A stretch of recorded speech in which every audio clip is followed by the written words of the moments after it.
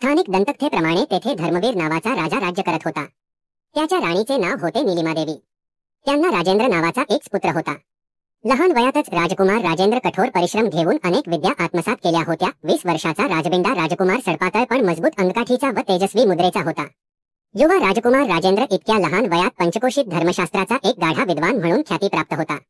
राजकुमाराला युद्धशास्त्राची फारशी आवड नव्हती, त्यामुळे नेहमीच्या दरबारातील रिवाजाप्रमाणे महाराज धर्मवीरांनी त्याला सेनापतीन करता दरबारात राजपुरोहित म्हणून नेमले। महाराज राजेंद्रला खास मान देत राज्याच्या कारभारात प्रत्येक गोष्ट राजकुमाराला विचारून करू लागले। राजकुमार महाराजांच्या शेजारी उच्चासनावर बसून महाराजांना राज्यकारभारात मदत करू लागला। अल्पावधीतच राजकुमार राजेंद्र राजदरबारात महाराजांच्या खालोखाल महत्वाची बलशाली व्यक्ती बनली। दिवसभर राज्याचे काम बघून राजेंद्र राजमहालातील माताराणीच्या देवळात ध्यान लावत व चिंतन करत। महाराज धर्मवीर व इतरांसाठी त्याचे दुहेरी व्यक्तिमत्व बनले होते। दरबारात राजपुरोहित तर घरात लाडका पुत्र, पण त्यांच्या सुंदर मातेसाठी महाराणी नीलमदेवींसाठी तो अजूनही त्यांचा लाडका पुत्र होता। त्यांच्या नाजूक ओठावर मात्र पुत्राला प्रेमाने मारलेली राजा अशी हाच कायम असे। राजाचे वय जेमतेम 20 असताना दुर्दैवाने अचानक त्याच्यावरचे पितृछत्र हरपले। राजाचे आपल्या पित्यावर अतिशय प्रेम होते। महाराजांच्या अंतिम इच्छेप्रमाणे त्यांच्या देहावासानंतर राजपुत्राने राजेंद्रने राज्याचा राजा व राजपुरोहित अशा दुहेरी जबाबदारी स्वीकारली। राजदरबाराच्या रोजच्या कामकाजात तो विधवा राजमाता नीलिमादेवींचे सहाय्य घेत असे। ते दोघे इतर विद्वानांबरोबर बसून नेहमी आचरण व नीतिमत्ता अशा गहन विषयावर चर्चा करत। बरेचदा ही चर्चा राजदरबारात होई। न्यायनिवाड्यासाठी अनेक कौटुंबिक बाबी दरबारात ये। त्या काळी एकाच कुटुंबात होणारे विवाह अनेकदा दरबारात चर्चिले जात। प्रजेची विनंती ऐकून राजा आपली मान डोलावून अशा विवाहांना मंजुरी देई। त्याला अनेकदा अचंबा वाटे, कारण हल्ली मुलगा व माता, भाऊ व बहीण असे विवाह मान्यतेसाठी मोठ्या प्रमाणात राजदरबारात येऊ लागले होते। कुटुंबाच्या धनसंपत्तीचे विभाजन टाळण्यासाठी असे होत असावे असे राजेंद्रला नेहमी वाटे। महाराज राजेंद्र महालात परतत तेव्हा राजमाता व त्यांच्या खास दासी दारात त्यांची रोज पंचारती करत। कुंकुमतिलक लावून आरती झाल्यावर सेवक डोक्यावर फुले व अक्षतांचा वर्षाव करत। मग राजमाता सेवकांना बाहेर जाण्याचा आदेश देत। राजेंद्र मातेचे चरण स्पर्श करून त्यांना घट्ट आलिंगन देत व नंतर दोघे हात धरून अंतपुरात शिरत। तरुण महाराज काही काळ विश्रांती घेत। वामकुक्षीनंतर राजमाता नीलिमादेवी त्यांना आपल्या शयनकक्षेत बोलवी। राजमातेचे कक्ष रोज फुलांनी सजावलेले असे। त्या महालात भिंतीवर लाल रेशमी कंतानी असत तर जमिनीवर उंची गालीचे। त्या भवनात राजमातेचा देव्हारा होता। तेथे नेहमी सुगंधी उदबत्ती व धुपाचा लावलेल्या असल्यामुळे तेथे कायम सुवास दरवळत असे। इतर सर्वांना तेथे मज्जाव असल्यामुळे तेथे नेहमी असीम शांतता असे।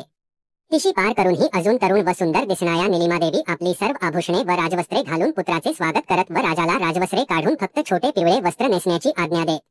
राजा मातेची तो आदेश मानून पालन करे। शास्त्राप्रमाणे पितांबराच्या आत अंतवस्त्र घालायला परवानगी नसे। राज्याचे कामकाज आटपून दोघे ध्यान लावून काही काळ तपश्चर्या करत। थोरले महाराज तंत्रविद्येत पारंगत होते। ते एका गूढ देवीच्या मूर्तीची पूजा करत। त्यांच्या अकाली देहांतामुळे ती पूजा अजून सिद्ध झाली नव्हती। मृत्युसमयी त्यांनी नीलिमादेवींना राजेंद्रकडून ती पूजा सिद्धीला नेण्याची आज्ञा केली।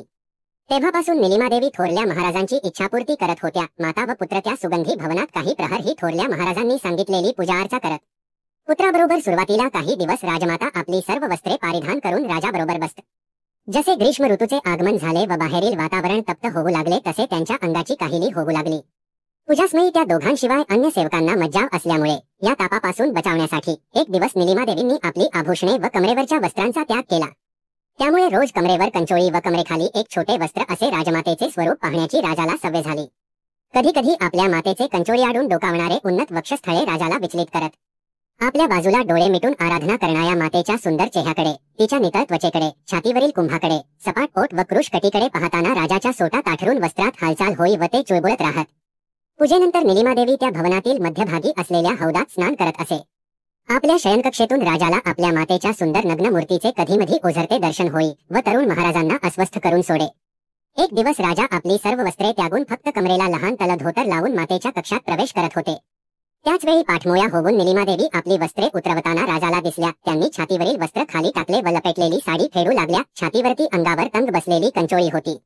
साडी त्यांच्या कमनीय शरीरापासून वेगळी झाली व खाली पडली व कमरेखाली असलेले छोटे वस्त्र राजाला दिसले। आपल्या पाठमोया मातेचे घटासारखे प्रमाणबद्ध पार्श्वभाग जणू संगमरवरात कोरलेले शिल्प भासत होते। केळ्याच्या खांबांसारख्या मांड्या, कोमल कटी असे ते मातेचे अर्धनग्न रूप राजा डोळे फाडून पाहत राहिला। किंचित वळून नीलिमादेवींनी आपली कंचोळी उतरवली। कंचोळी दूर होताच सुंदर वक्ष नजरेस पडले। नीलिमादेवींनी कंचोळी खाली टाकली व आपल्या बोटांनी बाळाला स्पर्श करून दोन्ही बाळ चिमटीत दाबली। मातेच्या उन्नत वक्षावरचे उमलणाऱ्या गुलाबकळी समान स्तनाग्रे पाहून राजाचा श्वास काही क्षण जणू बंद पडला. राजाची चाहूल लागताच निलिमादेवी वळल्या समोरून. इतक्या जवळून राजाने निलिमादेवींचे वस्त्राशिवाय वरचे शरीर फार लहानपणी पाहिले होते. निशब्द होऊन तो पाहत राहिला. निलिमादेवींनी दोन्ही संत्रे स्वतःच्या हातात घेऊन एकदा वर ढकलले व छातीवर दाबून सोडून दिले. हे दृश्य पाहून राजाचा सोटा कठोर होऊन उसळले. ते आपला आकार कैकपटीने वृद्धिंगत करून कटीच्या वस्त्रात डुलू लागले. तशा स्थितीत निलिमादेवींनी राजाचा हात पकडून आसनावर बसवले व डोळे मिटून आराधना करण्याचे आवाहन केले. इतके दिवस किमान कपडे ल्यालेली राजमाता तो जवळून पाहत होता. पण आज आईचे हे अर्धग्न रूप त्याला बेचैन करत होते, लोभावत होते. डोळे किलकिले करून त्याने निलिमादेवीकडे पाहिले. त्यांचे डोळे बंद होते व हात जोडून त्या पूजेत मग्न झाल्या होत्या. राजाची चेहऱ्यावरची नजर खाली ढली व वक्षावर केंद्रित झाली. स्त्रीचे संत्रे इतके सुंदर असू शकतात हे त्याला प्रथमच जाणवले. परत डोळे मिटायला राजाला फारच प्रयास पडले. राजाच्या बंद डोळ्यासमोर अजूनही ती सुंदर प्रतिमा तरळत होती. ते अप्रतिम गोरे संत्रे, त्यावरचे तांबूस छोटी लिंगासारखी तरारलेली उन्नत व उत्तेजित स्तनाग्रे काही केल्या हटत नव्हती. मांड्यामध्ये वस्त्र फाडून बंड करण्याची धमकी देणारे आपला बाबूराव कसेबसे दाबून राजा अवघडून आसनावर बसला होता. निलिमादेवींचे पतीचे निधन होऊन अनेक मास लोटले होते. पतीनंतर पुत्राशिवाय त्यांना कोणी निकटचे आप्त नव्हते. एका आश्रमात बाढलेली निलिमादेवी विवाहाच्या समयी 14 वर्षीय अल्लड व अबोध बालिका होती. त्या माता झाल्या तेव्हा त्यांच्या बाळंतपणात त्यांचे वक्ष दुधाने भरून कैकपट वर्धित झाले. पूर्वीची कृश देहष्टी चांगली भरली, तेजस्वी झाली. त्यानंतर 20 वर्षांनी निलिमादेवी तितक्याच आकर्षक राहिल्या, किंबहुना अधिक आकर्षक झाल्या. त्यांची उन्नत छाती, सपाट पोट, कृश कंबर अस त्यांचे स्वरूप तरुण वा वृद्धांना भुरळ घालण्यास समर्थ होते. अजूनही त्यांच्या देहात मिलनासक्तता होती. त्या कामुक होत. पतीच्या निधनानंतर इतके मास पुरुषाचा सहवास नव्हता. युवा पुत्राला पाहून ती 35 वर्षाची स्त्री आपल्या पतीचे रूप आठवी व तळमळे. पण निलिमादेवींना आपल्या राजपदाची जाणीव होती व राजघराण्याशिवाय सामान्य पुरुषाकडे त्या पाहू शकत नव्हत्या. दिवसभरात दरबारात व पूजाघरात त्याही अस्वस्थता कशीबशी सहन करत. पण शयनगृहात निद्रेची आराधना करताना आपल्या शयेवर पहुडल्यावर त्यांचा देह बंड करून उठे. कधी त्यांना पुत्राचे राजबेंडे रूप आठवे व पतीच्या सहवासा अभावी त्यांची कामभावना उसळून वर येई. त्यांची शाही मैना स्त्रवून शयेवरचे वस्त्र ओले होई. दुसऱ्या दिवशी नेहमीसारखा राजा त्यांच्या महाली दाखल झाला. चरणस्पर्श केल्यावर निलिमादेवींनी राजाला आलिंगन दिले व सेवकांना जाण्याचा आदेश दिला. आज निलिमादेवी आपल्या शाही राजवस्त्रात व नक्षिखात आभूषणात मढलेल्या होत्या. तांबूल सेवनाने त्यांचे ओठ आरक्त झाले होते. राजाने पाहिले तर आज निलिमादेवींनी भारी कुंकुम तिलक लावला होता. त्यांचा चेहरा एका वेगळ्या तेजाने झळाळत होता. त्यांच्या छातीवरच्या तलव वस्त्रातून त्यांच्या कंचोळीच्या आतल्या संत्राचा आकार व उभारलेले स्तनाग्र राजाला स्पष्ट दिसत होता. निलिमादेवींनी राजाला हात धरून शयनघरात नेले व धोतर काढून छोटे वस्त्र घालून आसनावर बसायचा इशारा केला. राजासमोर उभे राहून त्या स्वतःची आभूषणे उतरवू लागल्या. राजा श्वास रोखून तिरक्या नजरेने मातेकडे पाहत होता. तो पाहत असताना त्यांनी वस्त्रे उतरवण्यास सुरुवात केली. वरचे वस्त्र फेडून कांचोळी उतरवून त्यांनी आपले संत्रे दाबले व क्षणार्धात त्या कमरेवरच्या छोट्या वस्त्रावर अर्धनग्न होऊन राजासमोर उभ्या राहिल्या. राजाला नजरेसमोर मातेच्या सुडौल मांड्या, गुप्तांग जेमतेम झाकणारे अंतर्वस्त्र, कोमल कटी व त्यावरचे हिंद करणारे मस्तवाल संत्रे व त्यांच्या बोंड्या दिसत होती. त्याने एक औंढा गेला व आपल्या काबूबाहेर जाणाऱ्या गुप्तांगाला सांभाळण्याचा निष्फळ प्रयत्न केला. राजाने आश्चर्याने मातेला विचारले, माते, आज इतकी काय निकड आहे की तू इतक्या तीव्र वेगाने पूजेला आरंभ करू पाहत आहेस? राजा, आजचा दिवस खूप महत्वाचा आहे. आज बरोबर 1 वर्ष लोटले. तुझ्या पिताश्रींनी माताराणीची पूजा चालू केली. आज आपल्याला माताराणी देवीची मनोभावे पूजा करून पिताश्रींच्या आत्म्याला शांती देण्यासाठी प्रार्थना करायची आहे. मला वचन दे, आजची पूजा तू मनोभावे व मी सांगीन तशी करायची. तरच तुझ्या पित्याचा आत्मा शांत होईल. माते, हे तर माझे प्रथम कर्तव्य आहे. मी तू सांगशील तसेच करायचे तुला वचन देतो. राजाकडून वचन घेऊन निलिमादेवी त्याच्या शेजारी आसनावर बसल्या. राजा, तुला माहित आहे तुझ्या पित्याला तंत्रविद्या अवगत होती. ते या माताराणीला वश करण्याचा मृत्यू येईपर्यंत अटोकोट प्रयत्न करत होते. माते, मी तुला माझा होकार दिला आहे. पण तू माझी उत्कंठता ताणत आहेस. या माताराणीला वश करायला आपल्याला काय करावे लागेल? राजाने विचारले. बेटा, आज मी तिला माझ्या देहात येण्याचे आवाहन करणार आहे. माझ्या देहात तिने प्रवेश केला की तुझे कर्तव्य असेल की ती जे सांगेल ते कुण तिची आज्ञा पालन करायचे. पण लक्षात ठेव, तू माझ्या शरीरात शिरलेल्या माताराणीचे आज्ञा पालन करण्यात दिरंगाई व कुचराई केलीस तर तुझ्या पिताजींचा आत्मा कधीच शांत होणार नाही. माते, मी पिताश्रींच्या आत्म्याच्या शांतीसाठी काहीही करायला तयार आहे. मी तसे तुला वचन देतो. होकारची डोके हलवून निलिमादेवींनी डोळे मिटले व माताराणीची आराधना चालू केली. राजा किलकिल्या डोळ्यांनी मातेकडे पाहत होता. त्याने पाहिले की त्याची माता भक्तिभावाने तल्लीन होऊन हळूहळू डोलायला लागली. अचानक त्या जोरात किंचाळल्या. राजाने ताडकन डोळे उघडून मातेकडे पाहिले. ती जमिनीवर कोसळली होती. राजाने घाबरून तिला उठवायचा प्रयत्न करून तिला मिठीत घेतले. काय झाले माते? तू ठीक आहेस ना? त्याच्या मिठीतून ताडकन सुटत ती ताठ बसली व घुमू लागली. अचानक तिच्या घशातून चित्कारल्यासारखा आवाज निघाला. त्याचा आपल्या अंगावरचा हात झिडकारत ती घोग्या आवाजात बोलली, अरे मूर्ख राजा, मी तुझी आई नाही, मी आहे माता राणी. काही मासापूर्वी तुझ्या बापाने मला पाचारण केले होते. आज तुझ्या मातेने मला बोलावले आहे. राजाने माता राणीला साष्टांग नमस्कार केला. बोल देवी, मी तुझी कशी सेवा करू म्हणजे माझ्या पिताजींना शांती मिळेल. राजा, तुला माझी पूजा करावी लागेल. माता राणी किंचाळली व घुमू लागली. देवी, तू आज्ञा देशील तसे मी करीन. राजा घाबरत बोलला, पण माझ्या पित्याच्या आत्म्याला शांती मिळू दे. मग कतर, तुझ्या बापाने मला तृप्त केले नव्हते. माझा अतृप्त कामाग्नी शांत कर. माझ्या मैनीत तुझे हत्यार घालून चांगले कुटून काढ.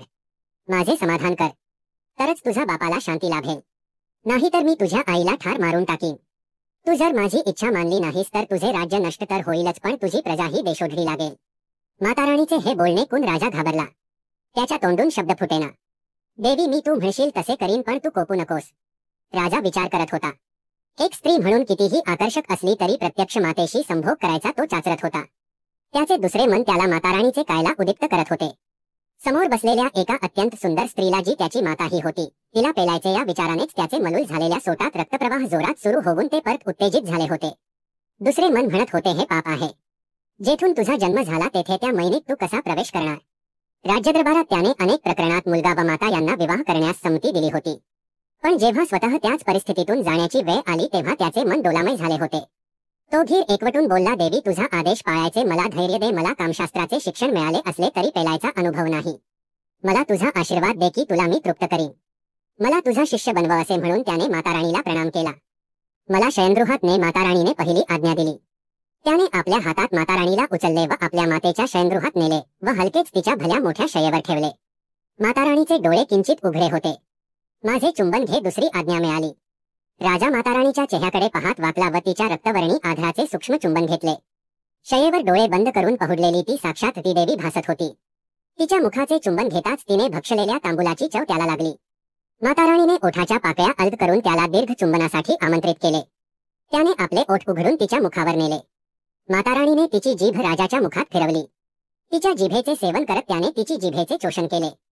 माताराणीने त्याचा हात हाताने ओढून आपल्या बॉलवर आणला. तिथे किंचित दाबून ठेवला. तितका आदेश राजाला समजण्यास पुरेसा होता. त्याच्या हातात भरून ही उरतील अशा आकाराचे माताराणीचे बॉल दाबण्यात त्याला मनस्वी आनंद होत होता. माताराणी तिचे अंग राजाच्या अंगावर घुसळत हात लांबवून त्याच्या कटीच्या कपड्यावरूनच राजाचा सोटा हस्तगत केले. राजाने माताराणीच्या आदेशाशिवाय माताराणीच्या जिभेचे चोषण चालू ठेवले. दोन्ही हाताने बॉलचे मर्दन करत राजा काही क्षणापूर्वी वाटणारी माताराणीची भीती विसरून आनंद लुटत होता. मूर्खा, वाट कसली पाहतोस? उतरव माझे उरलेले वस्त्र, माताराणीने आदेश दिला. चुंबन थांबवता त्याने आज्ञा पालन केले. माताराणीने तिच्या हाताने राजाचे कटीचे वस्त्र हासडून काढून टाकले. राजाचे भले मोठे हत्यार हातात येताच माताराणीने भला मोठा सुस्कारा दिला. माताराणीचे कटीचे वस्त्र निघताच राजाचा सोटा तिच्या मैनी प्रदेशावर घासला. माताराणीच्या मैनीवर वाढलेले जंगल पाहताही राजाला जाणवले. तिने राजाचा सोटा आपल्या कामसलीलाने ओल्या झालेल्या मैनी मुखावर टेकवले. सोट्याचा सुपडा माताराणीच्या स्पंदनाया मदनध्वजावर राणीने स्पर्शिला. कित्येक मास माताराणीला तिच्या गुप्तांगावर पुरुषाच्या सोट्याचा स्पर्श नव्हता. त्यामुळे इतका आनंद माताराणीला सहन झाला नाही व ती स्खलित झाली. माताराणीने आपले शरीर आक्रसले व ती थरथरायला लागली हे त्याला जाणवले. त्याचे तिच्या मुठीतला सोटा तिने आपल्या मैनीवर दाबून धरले. राजाला स्त्रीच्या मैनीचा हा पहिला स्पर्श. तो आपला आवेग थांबवू शकला नाही. त्याच्या नकळत त्याच्या सोट्याने पाण्याच्या पिचकाया तिच्या मांडीवर सोडल्या. डोळे मिटून दोघेही एकामेकाच्या मिठीत विसावले. त्याने आपला हात माताराणीच्या पाठीवर नेऊन तिला सावरले. तिचे थरथरणे थांबले व तिने डोळे उघडले. शय्येवर एका बाहूवर कलून राजाने माताराणीकडे पाहिले. त्याचा हात तिच्या वक्षावर ठेवला. माताराणी त्याकडे पाहून स्मित हास्य केले. राजाने बॉलचे शिखर नाजूकपणे बोटाने दाबले व हाताने बॉल दाबत त्याने तिच्याकडे पाहिले. तिचे संत्रे त्याला अप्रतिम भासले. ती डोळे माताराणी मिटून घुमू लागली. तिच्या त्या तीव्र स्वराने तो भानावर आला. राजा, वाट कसली पाहतोस? तुझा सोटा माझ्या मैनीत घुसवत का नाहीस? ती उठली व राजासमोर संपूर्ण नग्नावस्थेत उभी राहिली. राजाला जोरात ढकलवून शय्येवर लोळवले. त्या जोशात ती त्याच्या तोंडावर बसली. राजाच्या डोळ्यासमोर माताराणीची मैना क्षणभर चमकून गेली. तिचा कामुक गंध त्याच्या नाकात भिनला. तिच्या मैनेरसात मिसळलेले आपले पाणी त्याच्या चेहऱ्यावर लागले. माताराणीच्या मैनी प्रदेशावर माजलेल्या राठ केसांच्या जंगलाने त्याचा चेहरा हुळहुळला. माताराणीच्या मैनीवरचे केस भरपूर लांब वाढले होते. मैनीचे मुख त्या जंगलात लुप्त झाले असा त्याला भास झाला. माताराणीची मैना राजाच्या मुखावर आली. या क्षेत्रात अनुभवी असणाऱ्या राजाला कळले नाही माताराणीला त्याच्याकडून काय अपेक्षा आहे. पण आपल्या पित्याच्या आत्म्याच्या मुक्तीसाठी तो काहीही करायला तयार होता. तिची मैनीच्या ओठाचा त्याच्या ओठाला स्पर्श होताच त्याचे मुख उघडले. जणू प्रतिक्षिप्त क्रियेने त्याची जीभ जंगलातून वाट करत तिच्या भेगेत प्रवेश करून तिच्या मदनांकुरावर पोचली. जिभेला तिच्या मैनीतला ओलावा जाणवताच तो मैनी द्वार चाटू लागला. ती खारटतुरट चव आवडून जीभ त्याने अजून आत रेटली व तो आत आत जात लपालप चाटत राहिला. निलिमादेवींची मैनी इतक्या आवडीने कोणी कधी चाटली नव्हती. तिच्या पूर्ण शरीरातून सुखाची एक तिरीप गेली. पुत्राकडून मिळणारे सुख ती बंद डोळ्याने ओरपत होती. राजा मात्र आता पेटला होता. अजूनही त्याच्या मनाने तो माताराणीशी लढत होता. मातेच्या शरीराशी जरी तो प्रेम करत होता तरी माताराणीला धडा शिकवण्याची त्याला इच्छा होती. कामज्वराने पीडित माताराणीला या युद्धात आपण हरवू अशी त्याला खात्री होती. त्याचा सोटा परत कठोर होऊन तिच्या हातात विसावले होते. हल्ली अनेकदा ओझरते दिसलेले तिचे उन्नत संत्रे आज तो मुक्तपणे हातात घेऊन त्यांना पिळू शकत होता. तिचे पाय थाकवून त्याने मैनी पाकळ्या त्याच्या मुखात धरल्या. ओठाने त्या कोमल पाकळ्या उघडून दाताने लवंगेच्या आकाराचा तिचा दाणा दातात त्याने जोरात चावला.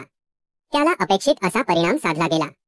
तिने मांड्या आवळून त्याचे डोके दाबून ठेवले व वादळात झाड हलावे इतक्या जोराने ती थरथरली व त्याच्या जिभेवर पुनः पुनः स्खलित झाली.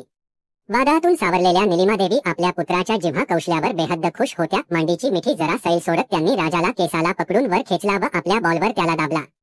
त्या कडक बॉलच्या स्पर्शाने त्याला उठून त्यांचे नीट अवलोकन करायची इच्छा झाली. ते दृश्य पाहून त्याचा सोटा आणखी मोठा होऊन कडक झाला आहे अशी त्याला भावना झाली. उपाशाला जणू मेजवानी मिळली. माताराणीच्या बायालवर तो तुटून पडला. तो एक संत्रा तोंडात कोंबून दुसरा संत्रा दाबता आनंद लुटत होता. माताराणीने स्वहस्ते त्याचे भले मोठे हत्यार आपल्या मैनीत घुसवले. रसाने ओल्या मैनीने राजाच्या लिंगाचा आत स्वीकार करायला एक क्षणही लावला नाही. तिने आपला पार्श्वभाग उचलत त्याचे मुस मैनीत पूर्ण भरून घेतले. आत प्रवेश करताच राजाला तिच्या मैनीची उष्णता जाणवली. एकदा स्खलन झाल्यामुळे त्याचा सोटा परत एकदम कठोर झाला होता. तिचे मैनीमुख आकुंचन पावत व प्रसारत त्याच्या शिसनाला मर्दन देत होते. या युद्धात ते इतके निकट आले की त्याच्या सोट्यावरचे केस त्याच्या मातेच्या मैनीवरच्या केसात गुंतत होते. एका लईत खाली वर होत दोघे स्वर्गीय संभोगाचा आनंद उपभोगत होते. ती माताराणी अजूनही कठोर आवाजात गुरगुरत होती. पण सुरुवातीचा तिचा जोश मावळत होता. त्याने तिचे दोन्ही संत्रे एकत्र दाबले व एकदम दोन्ही बोंड्या तोंडात चोखू लागला. मैनीत त्याचे पूर्ण ताकदीने केलेले प्रहार तिला सहन होत नव्हते पण तरी ती लयन तोडता त्याला साथ देत त्याचा सोटा तिच्या मैनीत मुळापर्यंत खोलवर जात होते. त्या सुगंधित कक्षात त्यांच्या मिलनात होणारे मैनी व शिसनाच्या स्तावांचे सुगंध दरवळला. त्या युद्धाचे उठणारे ध्वनी भवनात भरून घुमत राहिले होते. मैनीत आतवर गेल्यावर त्याचा सोटा फुगून अजूनही मोठे झाले. तिची मैनी आपल्या प्रेमरसाचा वर्षाव त्याच्या आत बाहेर करणाऱ्या सोट्यावर करत होती. जा माझ्या लाडक्या, कर, अजून जोरात कर. किती सुख देत आहेस तू तुझ्या मातेला. निलिमादेवीनी माताराणीचा आवाज विसरून आपल्या नेहमीच्या आवाजात प्रेम आलाप करत राजाला प्रेमाने आलिंगन दिले. मातेचा आवाज कताच राजाने वर पाहिले. खरतर तोही वासनेच्या भरात माताराणी किंवा माता विसरून केवळ एका मादीला भोगत होता. मातेच्या प्रेमाला पाकडे दुर्लक्ष करत तो तिला भोगत राहिला. राजा तुझ्या प्रेमाला वंचित भुकेल्या मातेवर प्रेम कर, अजून जोरात कर. निलिमादेवी बेभान होऊन बरत होत्या. त्याला एक उमजले की माताराणी पराभूत झाली व त्याची माता परत आली आहे. इतकंच नाही तर त्याची कामलीला तिला आवडत आहे व ती आनंदात हा खेळ आपल्याबरोबर खेळत आहे. तो जोपर्यंत त्या कामासक्त मादीला तृप्त ठेवील माताराणी त्यांना उपद्रव देणार नाही. माते तू माझे नाव घेत आहेस. माताराणीने तुला मुक्त केले का? त्याने थांबता निलिमादेवींना विचारले. हो रे माझ्या लाडक्या, मी परत आले आहे. तुझ्या पराक्रमाने तू तिला पराभूत केलेस व माझी मोठ्या संकटातून सुटका केलीस. पण तू तुझे कार्य सुरू ठेव व तिला परतायची संधी देऊ नकोस. निलिमादेवी अनेकदा स्खलित होत सुखाच्या शिखराशी पोचत होती. इतके सुख निलिमादेवींना आयुष्यात कधीच उपभोगायला मिळाले नव्हते. राजा, आज तू तुझ्या मातेला धन्य केलेस. आज मी या जगतात सर्वात आनंदी स्त्री व माता आहे. आजपासून तू मला असेच सुख देत रहा, असे म्हणत निलिमादेवी परत स्खलित झाली.